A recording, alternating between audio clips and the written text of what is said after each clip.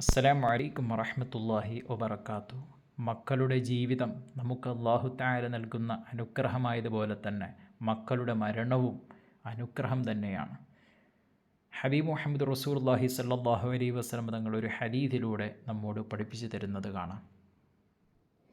ഒരു വേള ചില സഹാബി വനിതകൾ വന്ന് മുത്ത് റസൂൽ സല്ലല്ലാഹു അലൈഹി വസല്ലം തങ്ങളോട് ഞങ്ങൾക്ക് ഉപദേശം പറഞ്ഞു തരണം നബിയെ, അതിനുവേണ്ടി ഒരു ദിവസം ഞങ്ങൾക്ക് നിശ്ചയിക്കണം നബിയെ എന്ന് ആവശ്യപ്പെട്ടപ്പോൾ മുത്ത് നബി സല്ലല്ലാഹു അലൈഹി വസല്ലം തങ്ങൾ ഒരു ദിവസം നിശ്ചയിക്കുകയും അവരോട് പറയുകയും ചെയ്തു, അയ്യു മംറഅത്തിൻ മാതത് ലഹ തലാത്തത്തും മിനൽ വലദ് കാനു ഹിജാബം മിനൻ നാർ.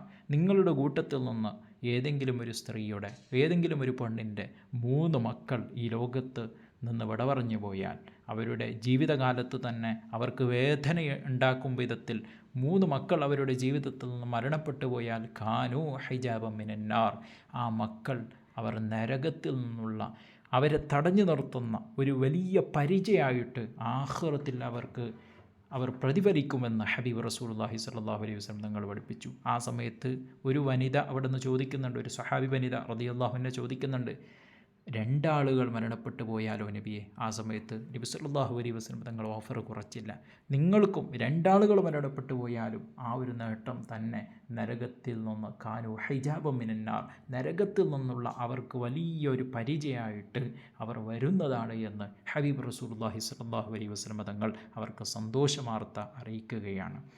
മുഅ്മിനീങ്ങളെ, മക്കളുടെ ജീവിതം വലിയ അനുഗ്രഹമായതുപോലെ തന്നെ പലപ്പോഴും ജീവിതം വലിയ അനുഗ്രഹ രൂപത്തിൽ നമുക്ക് മാറ്റിയെടുക്കാൻ കഴിയണം. എന്നിരുന്നാൽ പോലും മക്കളുടെ മരണം അത് പലപ്പോഴും അനുഗ്രഹം തന്നെയാണ് എന്ന് ഹബീബ് റസൂലുള്ളാഹി സ്വല്ലല്ലാഹു അലൈഹി വസല്ലം തങ്ങളുടെ ഈ ഹദീസിൽ നിന്ന് നമുക്ക് മനസ്സിലാക്കാൻ കഴിയും.